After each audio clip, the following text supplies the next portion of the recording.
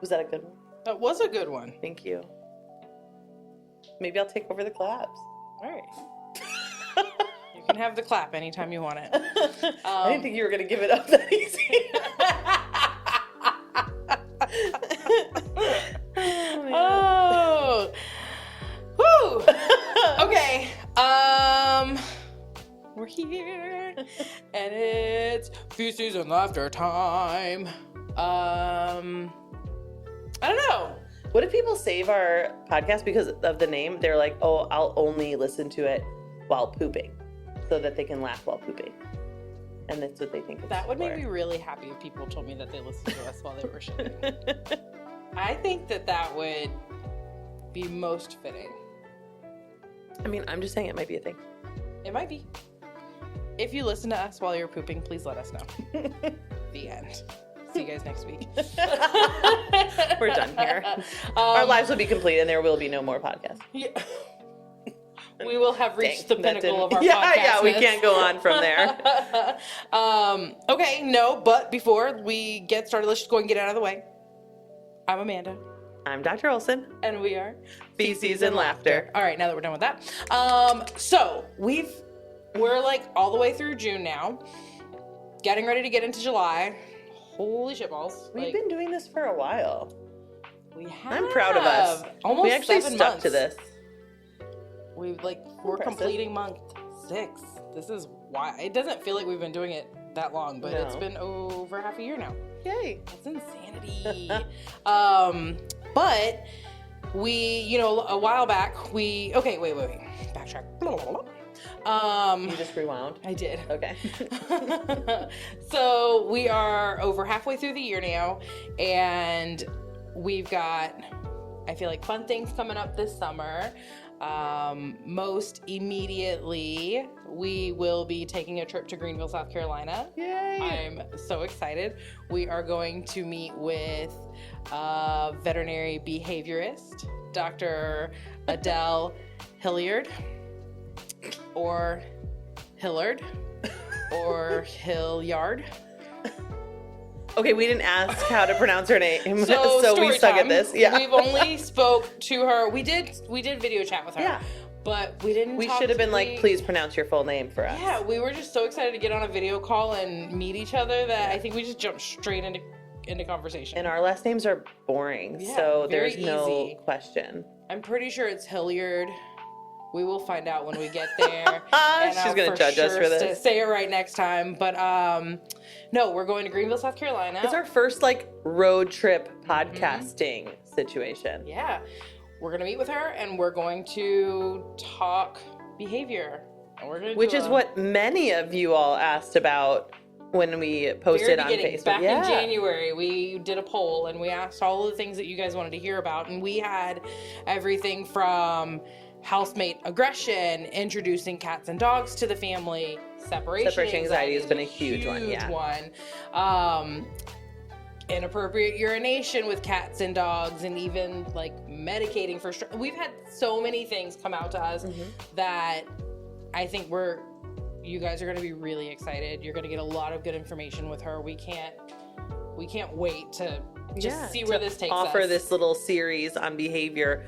I think will be a lot of fun, especially because we're not the experts in that. And so when you come to us for as a general practitioner, it's so hard to answer all the questions and get all of these patients in here. And sometimes we don't really know how to help. And I think this will be educational for our doctors, for our team. I'm really excited to be able to bring that to the next level and bring it to our clients. So I want to ask you, and you may not know, and that's okay. Oh my gosh, don't do this to me. I'm sorry. I'm just kidding. Well, so I know. So last episode we had a board certified ophthalmologist on.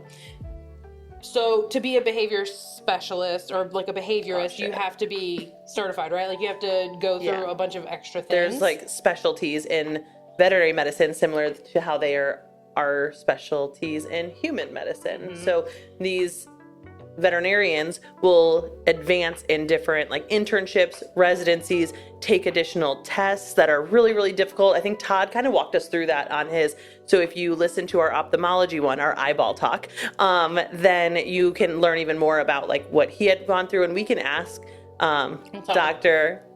Hilliard. Yes. We don't know.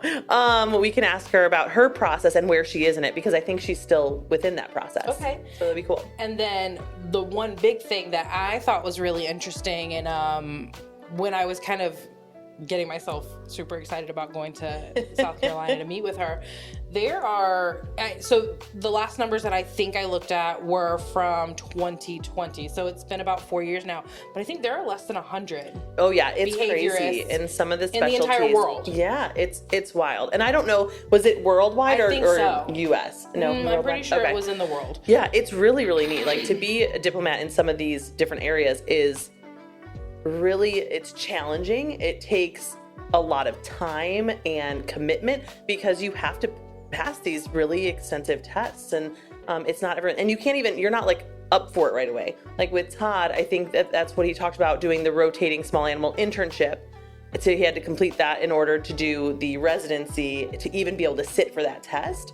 And so there's things that you have to do, whether it's working under a specialist or have a certain amount of years in the field practicing with that, on that type of that species, or in that area of interest, in order to even sit for those boards. So it's not an easy feat, and I'm so proud of my colleagues that have done that. It's amazing. That's super exciting.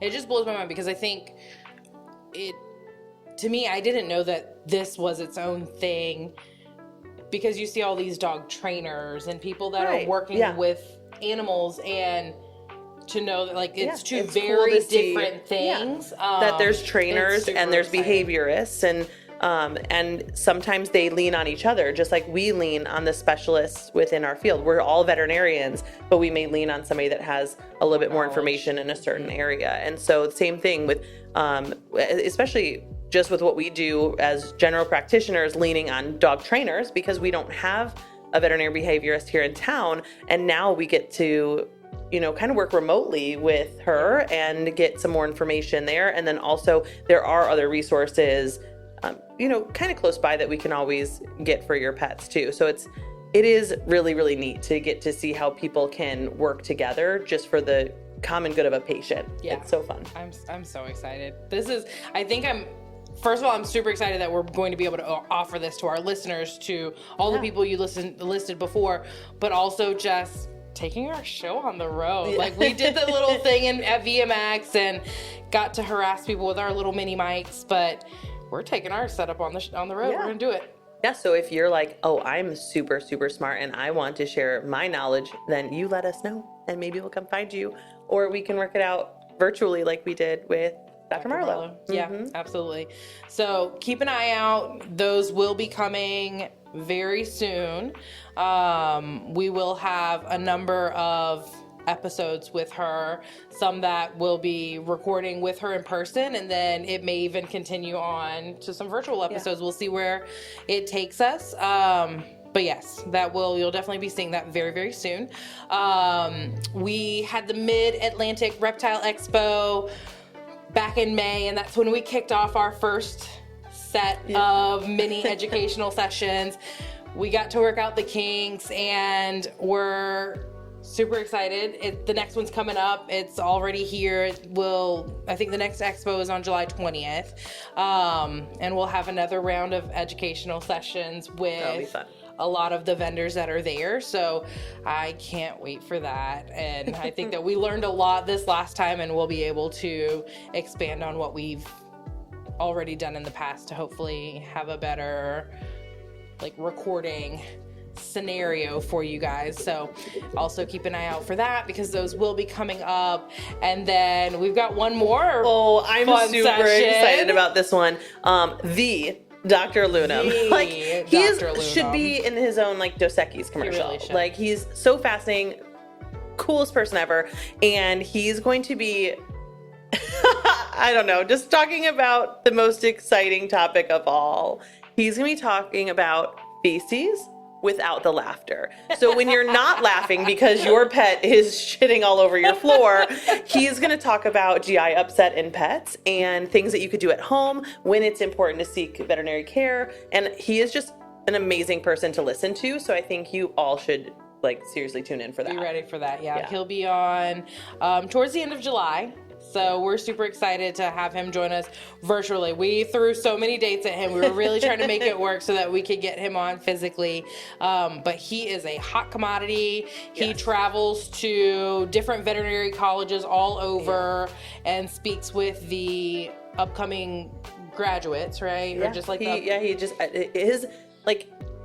he's not only educational but inspiring, and I think just he is passionate about mentoring. Yeah. So he definitely wants to leave an imprint on future and current veterinarians about just having a passion for this industry and taking amazing care of pets. And he has absolutely done that and has led a huge, the clients and employees that get to work with him are just lucky. Like, he is just a really, really I was getting ready to person. talk about how, like, our first interaction with Dr. Loon, but I'm going to save that for his episode. And we're not talking about it right now. We're not talking about it right now. Just know you are going to want to tune in and listen because we showed ourselves in true Lumanda fashion. And you'll hear it from his mouth, not ours. It was good. No, you'll probably hear from ours. I don't think we'll be able to let him tell the story because there's so many parts that were happening in our like that he wasn't even aware of. Oh, it's so good. Okay, I can't wait. Yeah, Okay. I could literally start talking. It was so funny. Okay. All right. So, anywho, lots of fun things coming up. We've got some community events that will be coming up that our hospital will be participating in. And so we've just got a fun summer ahead of us. I'm super excited. But yeah, I think we just wanted to, use this episode to first prep you guys for the things that are coming up and then to share a little funny topic with you, and also ask really, really nicely for more topics that you would like to see, because we're kind of hitting a stride here where we're making our way through them. So please don't hesitate to share those. But we're going to talk about pets' perfect aim. And when it's maybe a little imperfect. I have to tell you about Mara's situation today. Is this why she all of a sudden was in a different scrub top? Yes. She did your whole video thing in a different scrub top, but she did. She was very well put together this morning. Not that she wasn't afterwards. Listen, but it wasn't something that wasn't even her size. It was twice as big as it should have been on her. She could have fit two of herself into that one scrub top. I was just like, Mara, Mara was working on management things today, so she wasn't supposed to even be in this exam room. And I was like, Mara, can you help someone really quick? All you have to do is give this injection to this blue tongue skink. I was like, that's fine. And so she goes in to help and comes out just pulling stuff from her pocket. And I was like, what happened? The skink pooped directly into her pocket and chose the pocket that her phone was in. So everything was covered in smelly skink poop. And then I got thinking they're so good at this. Our pockets are flat against us. The fact that they can make it in there is Tell me about skink poop. Is it bearded dragon poop? So and this thing was stressed, and so it just exploded. Do they have it was not firm. It was mushy. It was no fun. It was coating her phone. So she was just pulling things out, looking absolutely disgusted, and it made me chuckle because it was the one thing that we made her do today. But you know what? Mara is she's one person that I can guarantee you when it comes to exotics, she's always got exotic poop in her pocket. I'm so serious. Guinea pigs. Yeah. Oh, she does. Rats. She was covered in rat poop the other day. She's always got exotic pet poop in her pocket. Poop and they're I'm going to mark this as mine now. I'm just kidding. But it's not just exotics.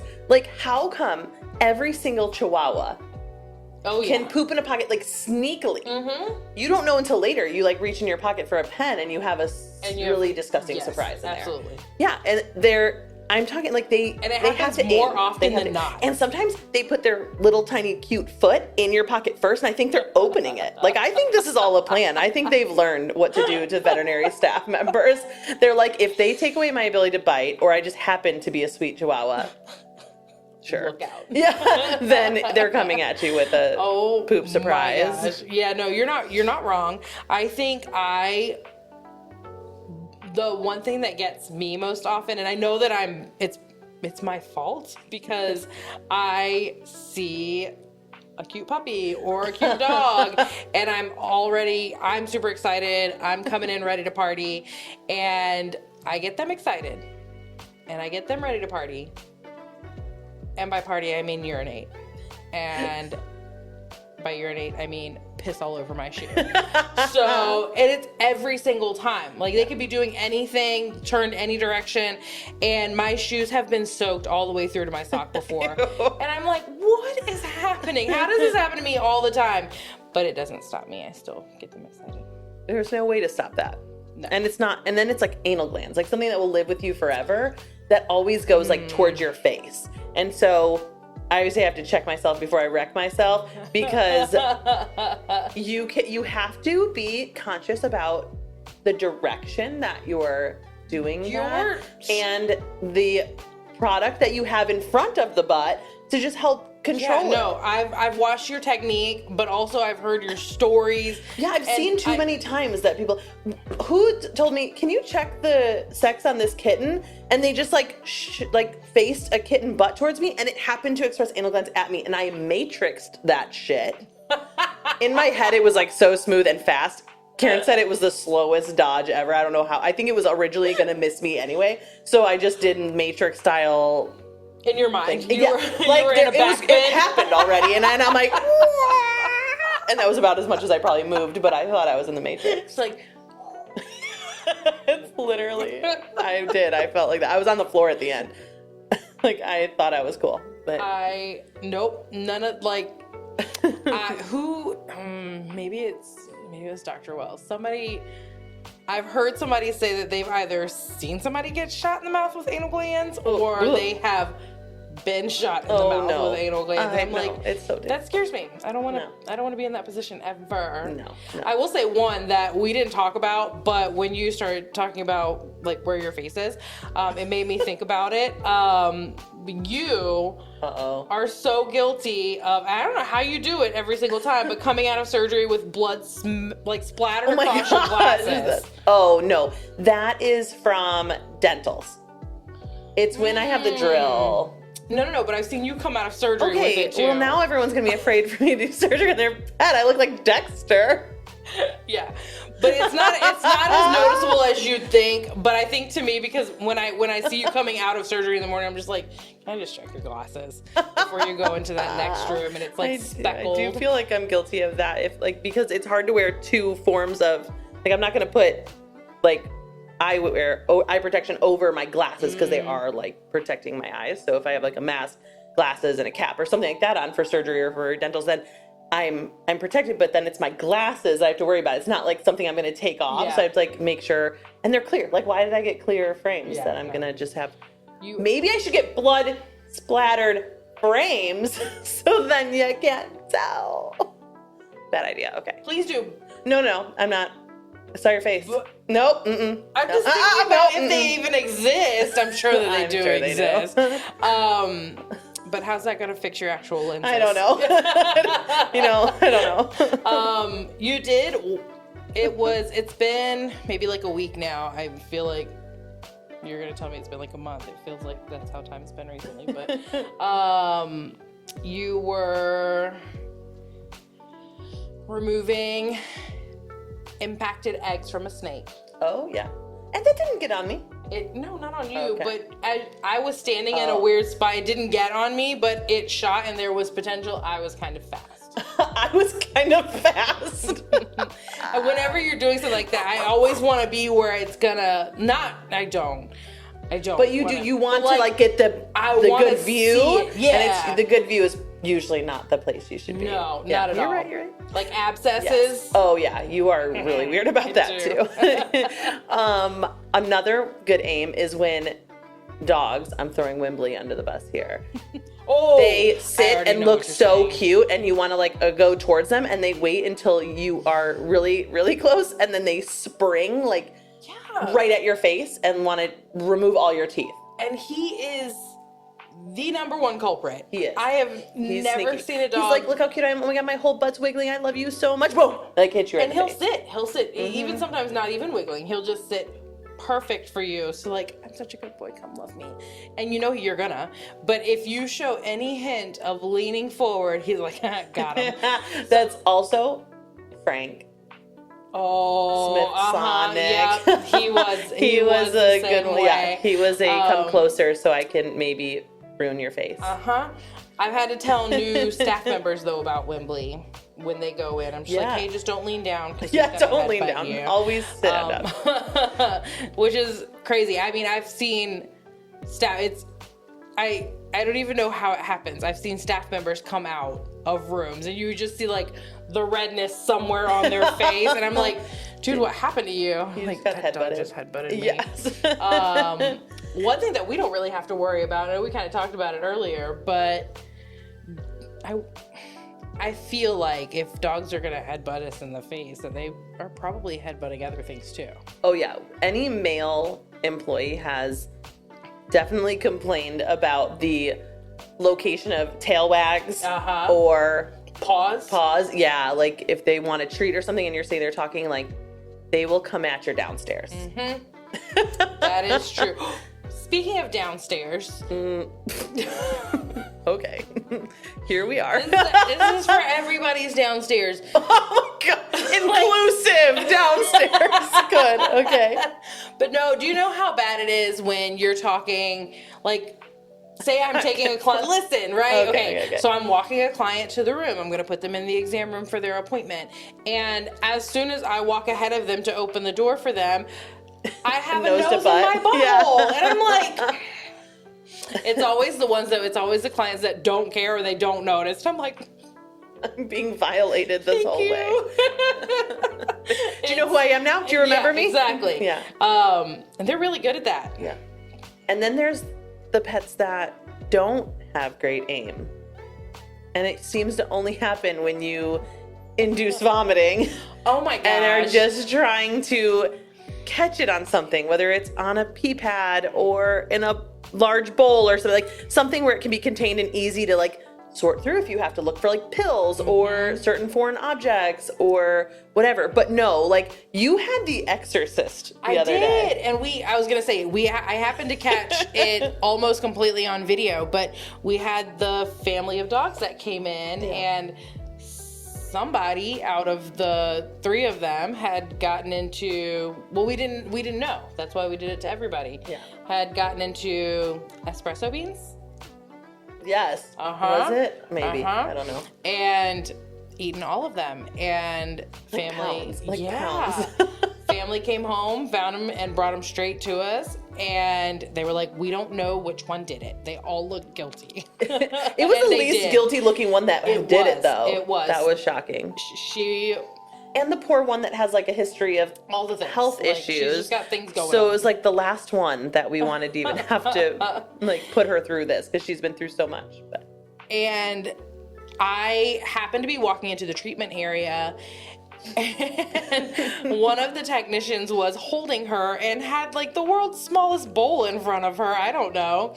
And as I walked in, it was Exorcist style. I was bringing my phone out to hit record because I saw everything that was like happening. 3 dogs vomiting. And as I was getting ready to hit record, she just starts shooting vomit. I couldn't even. She wasn't. All the other dogs retch. Like they're like they heave a little bit, and then there's like it happens, and they're usually like facing downward, and it might be on a pee pad. Like it's usually like fairly contained. But then you had this one didn't even like make a motion. It was just like mouth gaping open and like fountain style. Yes, like literally projectile vomiting and moving her head around. So it was just like this. Oh my God, I have never experienced that. I've been in this field for way longer than I even want to admit because I'm getting older, but I have never seen that. No.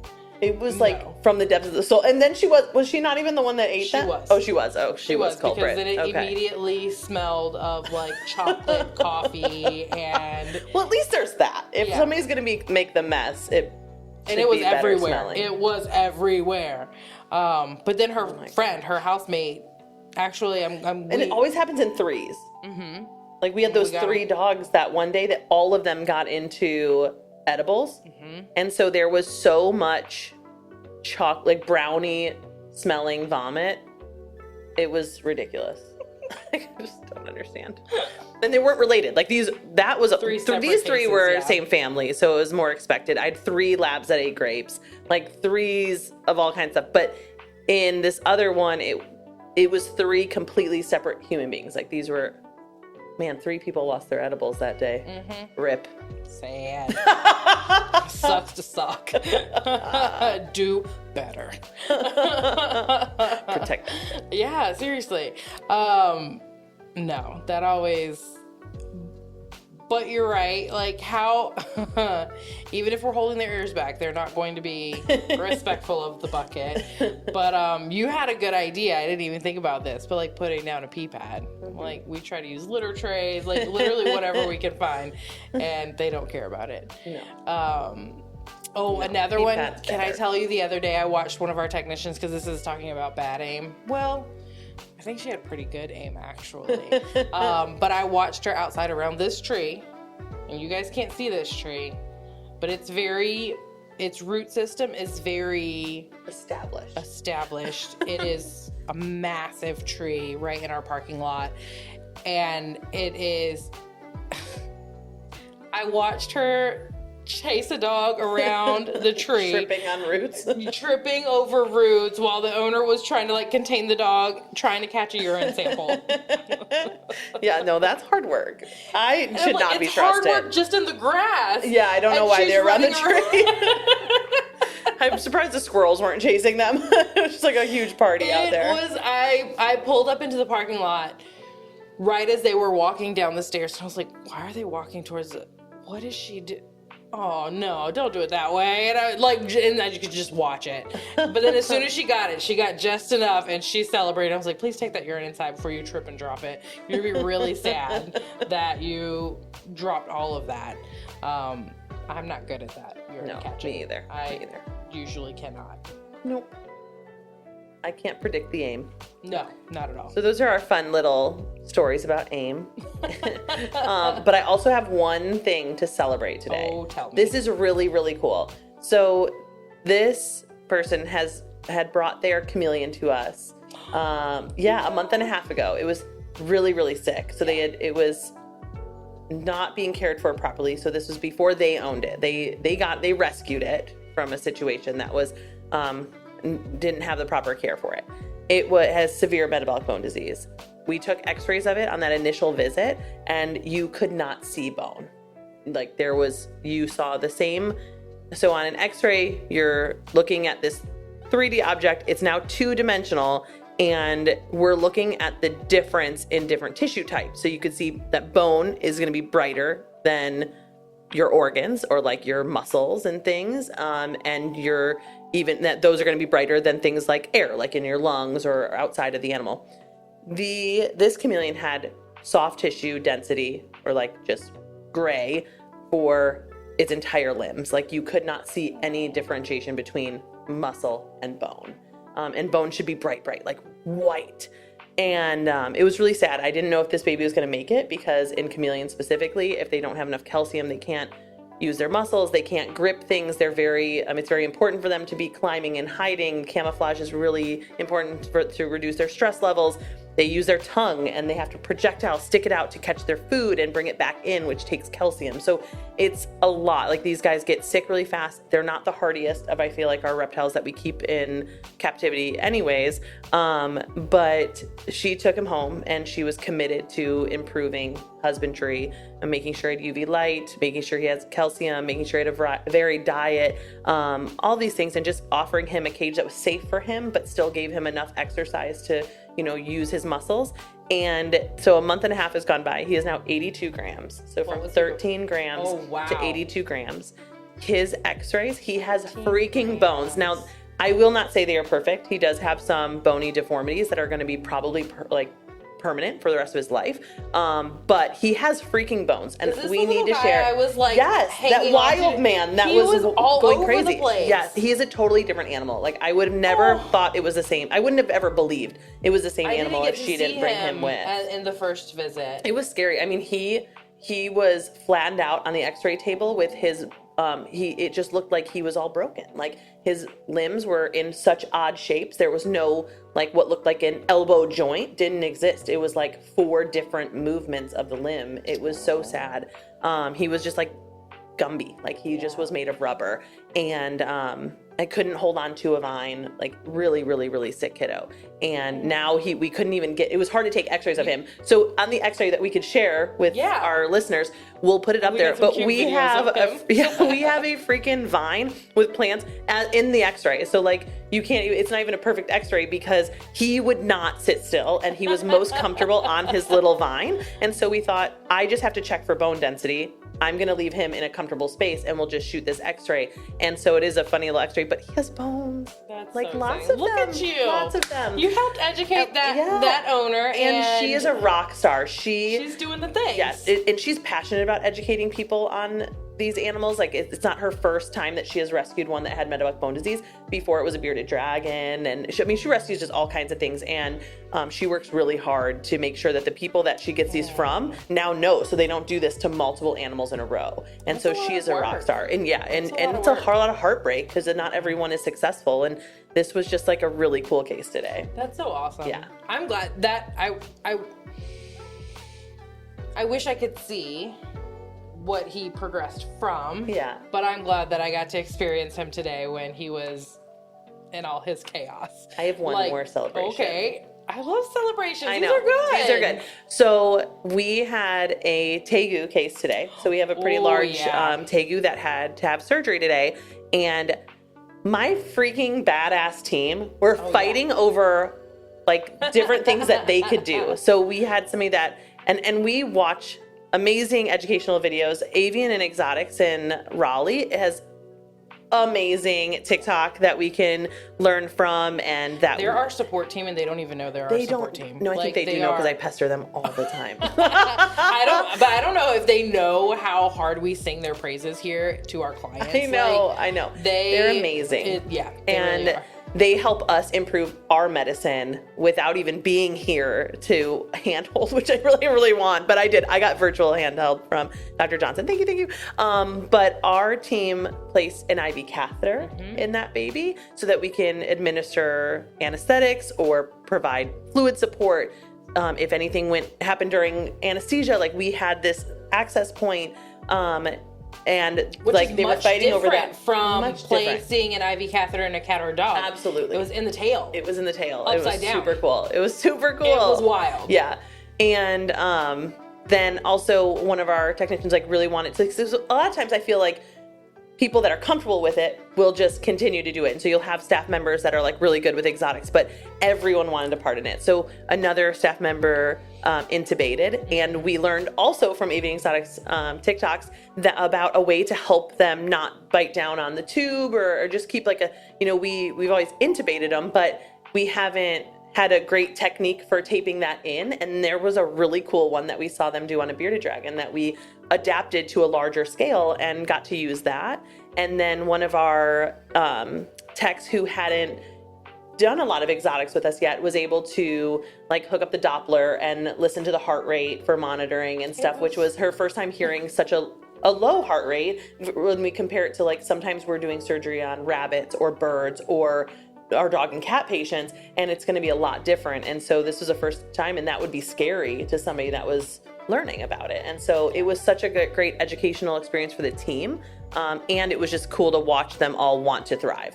And then you fucking amputating that tail like a damn rock star. Like Dr. Johnson, that's my idol. Yeah. One day. You did so great. It was a lot of fun. And she was a great patient, and her family is wonderful and willing to do what they need to try to make her better. So I think one of the cool things that we'll talk about, we talked about covering this in an upcoming topic in just kind of its entirety, but we have brought on vet student shadows for the summer just to come in and get some experience while they're out of school for the summer.